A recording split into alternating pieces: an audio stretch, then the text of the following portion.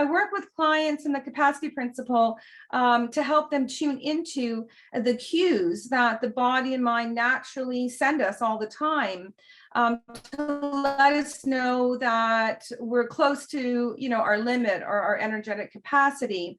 And I call them flashing red light indicators. So they're very much like the flashing red lights in the dashboard of your car.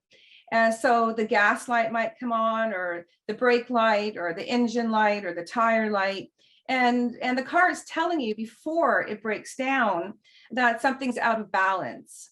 And our mind and body do the same thing. So if we keep driving the car, let's say with a flat tire, at first we can drive the car with using our mental, like mind over matter type of principle, from an intellectual kind of place.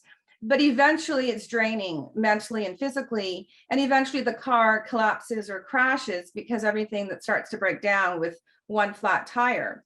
So we call the collapsing or crashing of our vehicle the collapsing or crashing of our fundamental life force or our core energy, which leads to illness. Or in the modern day, we talk about being vulnerable to mind control.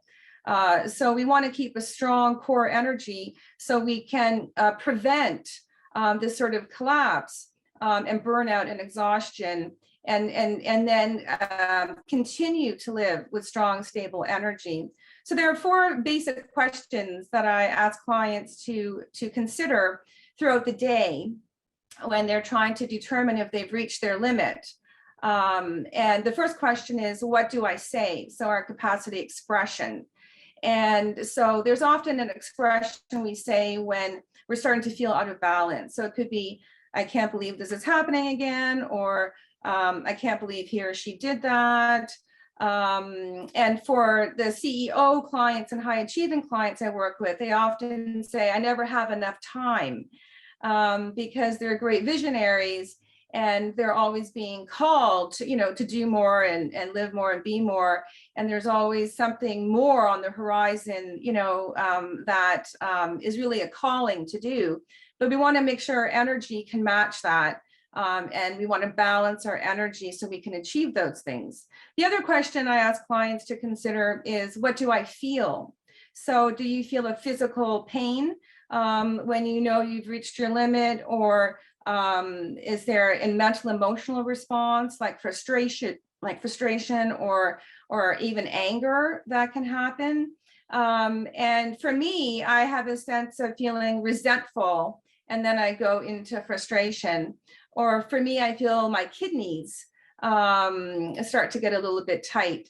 So those are my flashing red light indicators for me to slow down and then just pull back. It doesn't have to be anything really big, to just pause and consider, should I go forward? Should I take a break, go for a walk, do some deep breathing, that sort of thing. And then the third question is then exactly what I mentioned, what do I do? So what do I say? What do I feel? And what do I do? And then do I continue on knowing that I have to slow down later, but I have a deadline, I have responsibilities, I have to get things done in the short term, or can I pause and start to rejuvenate my energy before it gets really depleted? And then the fourth question is, what do I create?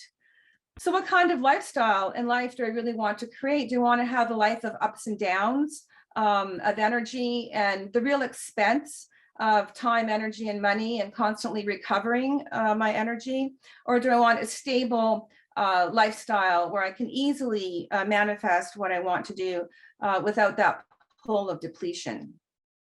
Yeah, I like that. And especially the last question, because it gives people an idea, or the idea that they really don't want that lifestyle anymore, that situation, that being caught into this, it's very unpleasant. And my experience with change, everybody knows it's the most difficult thing in life is to make an important change. And so it's only when it's bad enough that people are willing to change. Otherwise, no, it's easier to try one more time.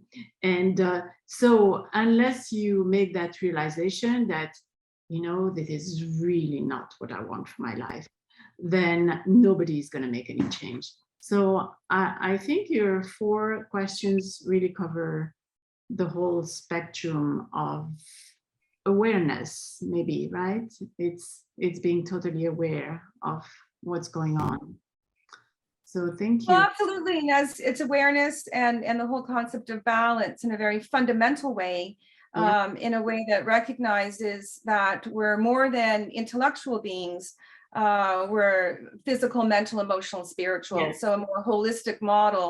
And that's all founded in the understanding of the universal principle that everything is energy, and that we're energetic beings. So if we can identify how to support ourselves from the inside out energetically for those 4 pillars, and really come to the awareness to respect that, you know, to respect that we need to rejuvenate and regenerate regularly, just like you would, you know, take care of your car, or anything else that's important to you, and not take our health for granted.